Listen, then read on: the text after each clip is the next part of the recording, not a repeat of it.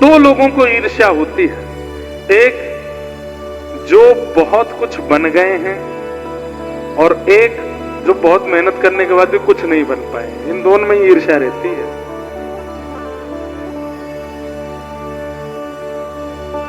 लेकिन हमें कैसा होना है?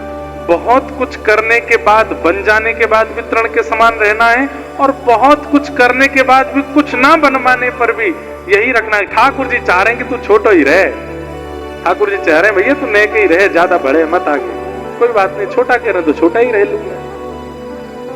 ईर्ष्या से बचिए। नाम आश्रय कथा काम को नष्ट कर देगी, क्रोध को नष्ट कर देगी, लेकिन ईर्ष्या का नष्ट तो आपको स्वयं करना पड़ेगा, और उसके लिए स्वयं को तृण के समान मानना पड़ेगा।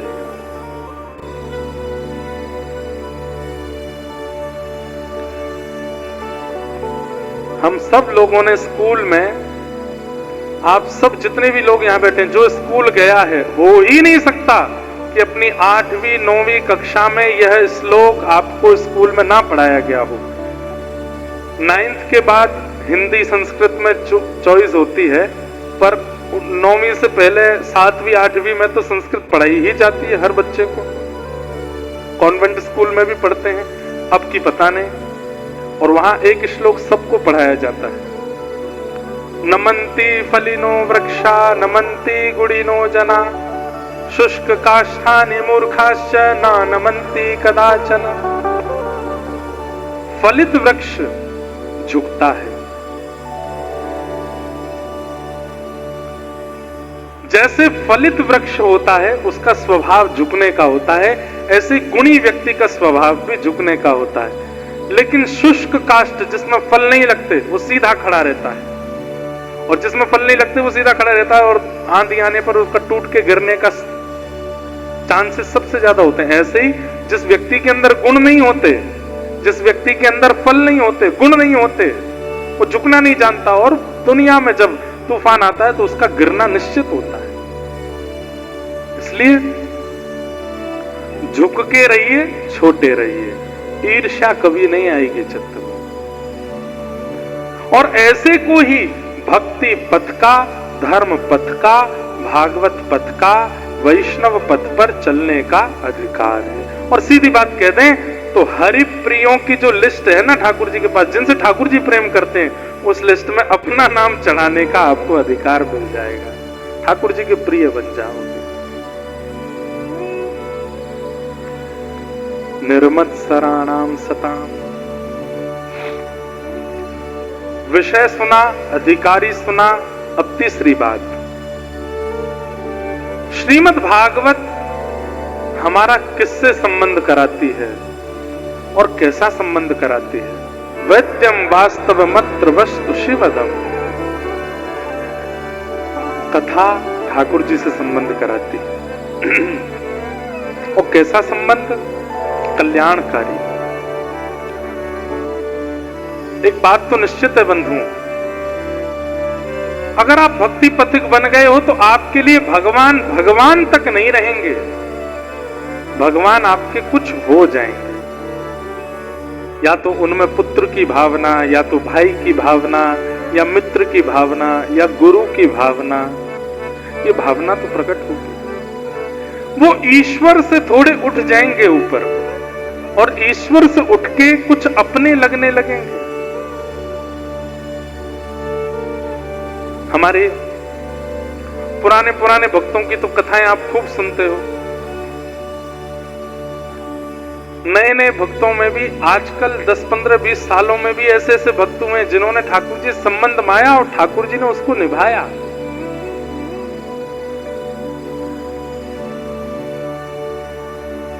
हमारे अयोध्या में एक संत हुए, संत श्री गोपालाचार्य जी महाराज।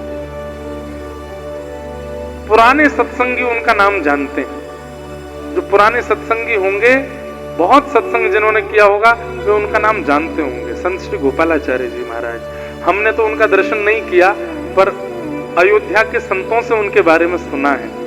वो अपने गोपाल जी को लाल जी बोलते थे। उनके राम जी रहते थे साथ में छोटे से, राम जी को लाल जी बोलते थे। और लाल जी की तरह ही भावना रखते थे। सुंदर सुंदर लीलाएं अपने आप चिंतन करते थे, अपने आप लीलाओं का चिंतन करते थे। और उन्होंने एक बार क्या किया, गुड्डे गुड्डे होते हैं ना, गुड्डे गुड़िया होते हैं रुई के, फोम के, ऐसे उन्होंने हाथी, घोड़ा, गैया, ऊंट, शेर, ऐसे कुछ जानवर बनाए और उनको ठाकुर अपने लाल जी के सामने खिलौना के रूप में रखते थे। एक बार सब विद्यार्थियों से बोला, ऊपर बक्से में ठाकुर जी के खिलौना रखें, सब खिलौना निकाल के ठाकुर जी के सामने धरो, आज 56 भोग लगा है, ठाकुर जी का 56 भोग कराना है। बच्चों ने वो बक्सा निकाल करके सारे खिलौना निकाले, उसमें हाथी से लेके ऊंट, घोड़ा और ऊंट आदि सब थे उसमें, सब रुई के गुड्डा, सबको सामने रख दिया, 56 भोग लगाया। तो हमारे परम पूजनीय प्रातः स्मरणीय श्रीमद जगत गुरु रामानुजाचार्य श्री राघवाचार्य जी महाराज, जो आज भी श्री अयोध्या धाम से पूरे विश्व भर में भागवत और वाल्मीकि रामायण की कथा करते हैं, हमसे बहुत प्रेम है महाराज जी का, उन्होंने बताई, वो भी थे उन बालकों में। बोले कि भैया हमने वो सारे गुड्डा गुड़िया निकाले और वो सब गुड़िया नहीं मतलब गुड्डा सब जानवरों के लाल जी के आगे रखे, 56 भोग लगाया और 56 भोग के बाद गुरु जी बोले अब सब गुड्डाओं को भीतर बक्से में धर दो। हमने सारे गुड्डा जैसे धरे, बक्सा बंद करने लगे तो बंद ही नहीं हो। क्यों? ज्यादा सामान हो गया, वो बक्से का जो डिब्बा था वो बंद ही नहीं हो, उस पर चढ़े बैठे हैं लेकिन वो बंद ही नहीं हो। तो हम लोगों ने जाके कहा गुरुजी आश्चर्य हो गया, जिस बक्से में से सारे रुई के गुड्डे निकाले, 56 भोग लगाने के बाद हम वापस रख रहे हैं, वही गुड्डे हैं, उतने ही हैं, लेकिन बक्सा बंद ही नहीं हो रहा है। तो गुरुजी बोले अभी बंद नहीं होगा। क्यों? बोले 56 भोग खाया है ना, सबका वजन बढ़ गया है, सबका पेट बढ़ गया है। बोले क्या करें फिर? बोले काम करो, एक एक हाथी, घोड़ा, गैया, ऊंट आदि सबको ऐसे पकड़ के थोड़ा थोड़ा चलाओ, थोड़ा चलाएंगे तो पाचन होगा, भोजन पच जाएगा, फिर रखो। बोले भैया हमने सत्य में घोड़ा ऐसे ऐसे चलाए, थोड़े घुमाए और थोड़ी देर घुमाने के बाद जब भीतर रखे सो ही बक्सा बंद हो गया सब पतले हो गए।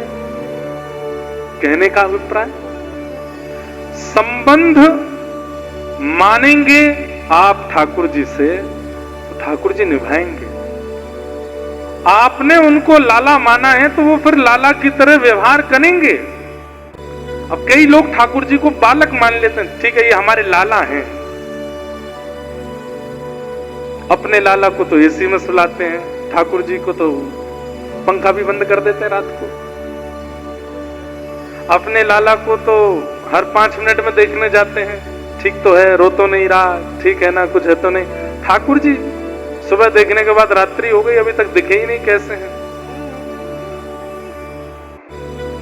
एक बात मानिएगा, हमारी संबंध बनाना बहुत सरल होता है, निभाना बहुत मुश्किल होता है। निभाने की ताकत हो तो ही बनाइएगा, क्योंकि संसार में संबंध बनाने के बाद नहीं निभाते हैं तो चलता है। लोग सोचते हैं बड़ा आदमी हो गया अब क्यों निभाएगा, लेकिन ये नहीं सोचेंगे बड़ा आदमी, ये कहेंगे अच्छा बड़ा आदमी बन गया, तुझे अभी दिखाता हूं कितना बड़ा आदमी है तू, मुझसे बड़ा आदमी है क्या। अगर ठाकुर जी से संबंध बनाया है तो निभाने की जिम्मेवारी रखिएगा, क्योंकि अगर आपने संबंध बना के नहीं निभाया तो ठाकुर जी रूठ जाते हैं, और ठाकुर जी अगर रूठ गए, दुनिया को मनाना बहुत सरल है, उनको रुझाना बहुत मुश्किल है। बहुत सरलता से आजकल माताएं, बहनें, भाई लोग बहुत जल्दी संबंध बना लेते हैं। ठाकुर जी तो हमारे लाला हैं, ठाकुर जी तो हमारे भाई हैं, हम तो उनको हर महीने राखी, हर रक्षाबंधन पर राखी पहनाते हैं। आपने बना तो लिया भाई, लेकिन भाई जितना निभाते हो, आपने बना तो लिया लाला, लाला जितना निभाते हो निभाना पड़ेगा। प्रसंग आता है गोसाई श्री विठलनाथ जी, श्रीमद वल्लभाचार्य जी महाराज के सुपुत्र गोसाई श्री विठलनाथ जी ठाकुर जी को अपना लाला मानते थे। लाला ठाकुर जी को मानते थे तो उनके नाते से अब जितने भी लाला के संबंधी हैं वो सब आपके संबंधी हो गए। ठाकुर जी अगर आपके लाला हैं तो किशोरी जी आपकी कौन है? किशोरी जी आपकी बहू हैं। ठाकुर जी लाला हैं तो मधुमंगल, श्रीदामा ये सब कौन है? ये भी आपके लाला हैं। ठाकुर जी आपके लाला हैं तो रुक्मणी जी कौन है? रुक्मणी जी आपकी बहू हैं। वो भावना आपको रखनी पड़ेगी।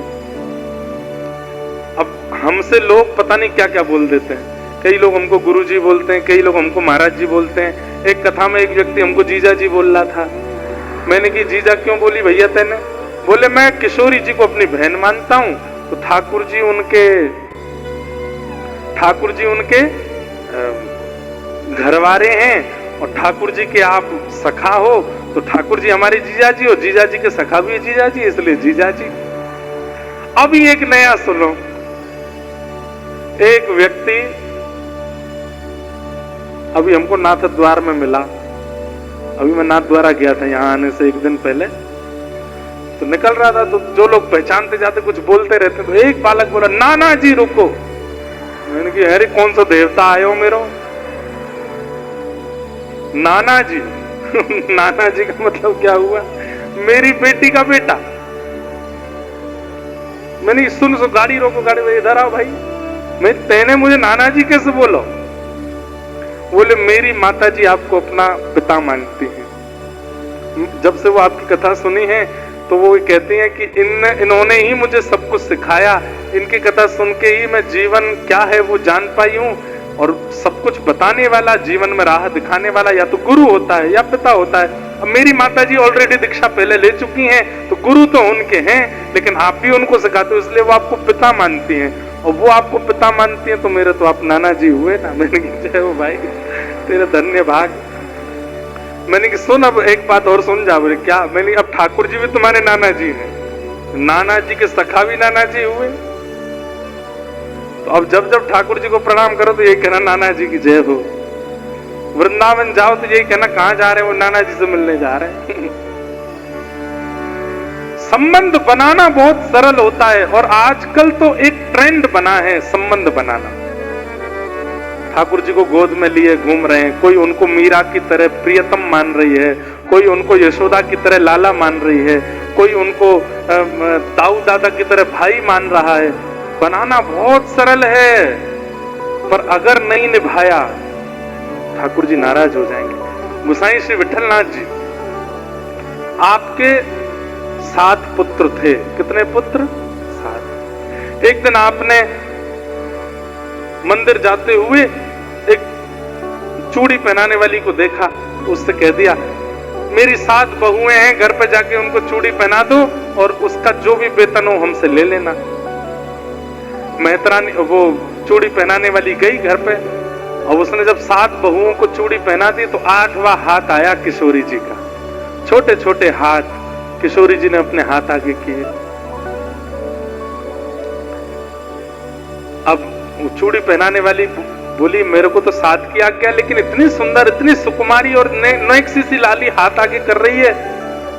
तो रुका नहीं गया, उसने पहना दिए और जाकर के गोसाई विठलनाथ जी से कहा मैंने आपकी 8 बहुओं को चूड़ी पहना दी।